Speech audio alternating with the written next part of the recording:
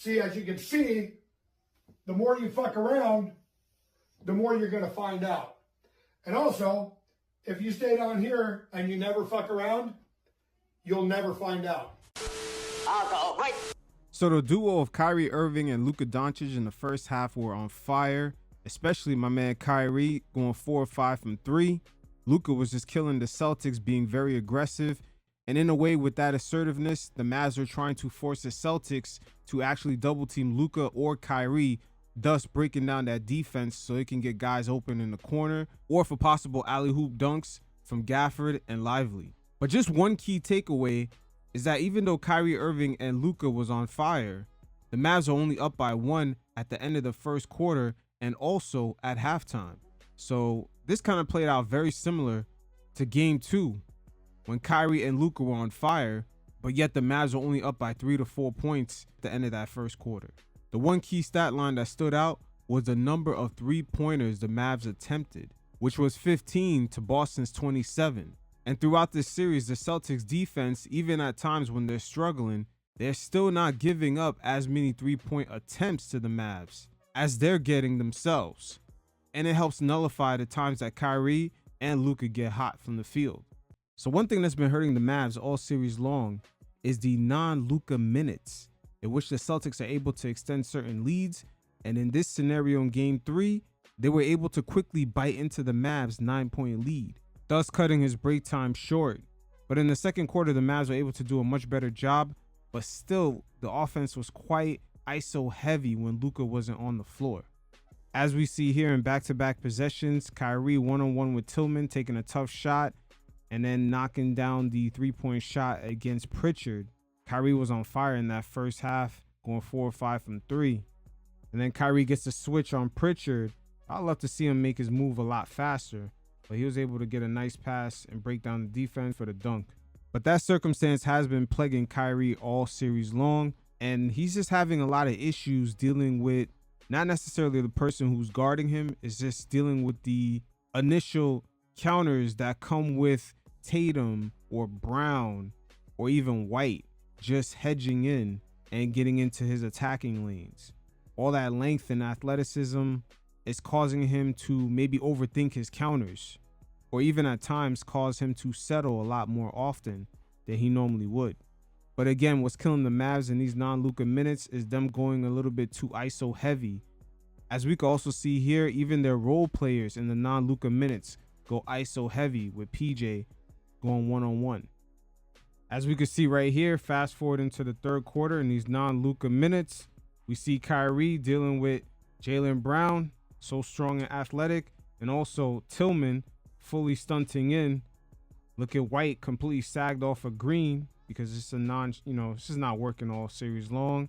And Maxey right here has not really been effective from 3-point range. I don't know if he has a shoulder issue. He looks injured at times.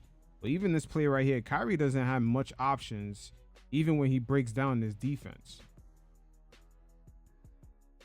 As we're going to see Maxey with this layup attempt, that's normally not his bag right there. He's normally a 3-point shooter. Not much of a rim protector, but it's that the way the Celtics defense just take away the 3-point shots that the Mavs like to take. What's their counter for that? Outside of Kyrie just being on fire at times and in his ISO bag, they're going to need another counter outside of that. Because right now, the only alternative is Green, Jones Jr., and PJ Washington knocking down their shots. That's the only alternative right now I see that would make the Celtics shift their defense and go to a different game plan. Because with Luka off the floor, the Mavs offense is just too predictable. And as we can see right here, the Mavs are comfortable even blitzing from way out here. Like, look how much space guys have to operate, but are they really a threat? As we're going to see Kyrie make this initial pass, and the Celtics players are going to start to rotate. And you ask yourself, were any of these guys really a threat from 3? But again, you're seeing the lack of respect. They're blitzing Kyrie from so far out and just being comfortable with leaving the Mavericks shooters wide open. J. Kidd might have to add Dante Exum into this rotation But the only issue he's going to have here is just dealing with the Celtics' other role players like Sam and Pritchard. These guys can knock down shots, and they're defending pretty well in this series thus far. But when it came to Luka in game 3, he's going to have to show more poise. He had a pointless baseline foul, and at times he showed lack of focus, not paying attention to the rotations or just players backdooring him. It seems like his focus defensively just wasn't even there on the small things as far as showing effort into being in the proper position. And it's something as simple as him just getting back after missing a shot. But a lot of his stumbles in game 3, just due to lack of focus or just being frustrated, it ended up coming back to haunt the Mavs because he fouled out with about 4 minutes left in a tight game where the Mavs had the chance to at least make the series 2-1 with the next game being at home. But I do expect a bounce back from Luka because all these things are just about intangibles. He could do a much better job defensively by just being a bit more focused on his positioning and just paying attention to a bit more details. But even after Luka fouled out, the Mavs still had a good opportunity to remain in the game. They were down 3 and cut the lead into 1. But again, just like in the non-Luka minutes in the first and third quarter, a lot of their shots were difficult and coming off of isolation. Now, another conundrum for Kyrie Irving was going to be the type of coverage and spacing due to the lack of shooters on the floor. With Hardaway Jr. struggling as well as Green, Al Horford coming off that screen was able to hedge, not allowing Kyrie to make that turn. And right here with the double team, it forces the ball out of Kyrie's hands. They can't necessarily go for a 3, but the Celtics do have an advantage of taking the ball out of Kyrie's hands and forcing someone else to make a play. With the Mavs down 4 with little under a minute to go, they have a chance to cut into this lead, and we see everyone collapse. And Al Horford could stunt in a lot more. But PJ Tucker is going to make his way into his favorite spot in the corner. But check out Jrue Holiday.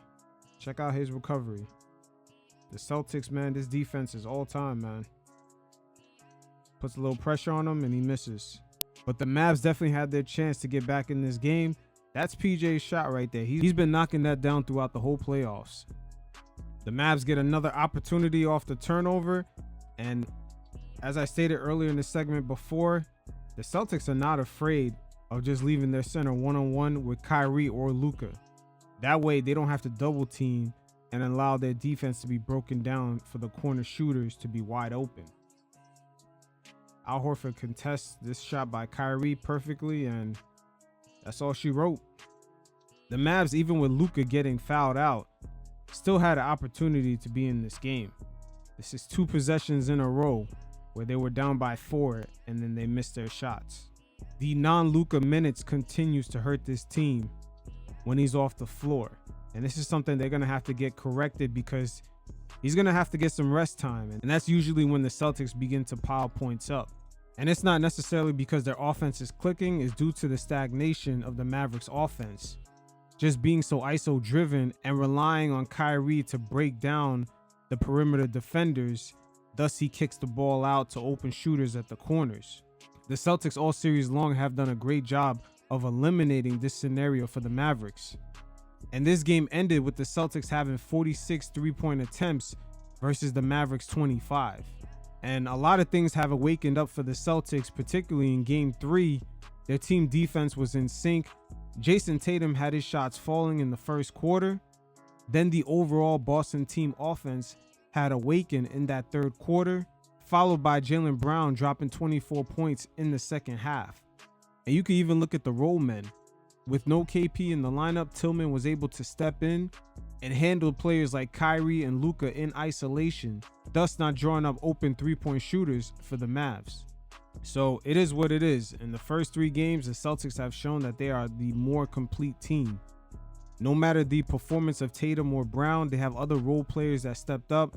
We've seen KP in game 1, Jrue Holiday in game 2, and we've seen Tillman come through with KP's absence in game 3 with his overall defense and some of the tenacity that he brought, making sure that the Celtics defense didn't deviate away from their initial game plan of not double teaming Luka or Kyrie.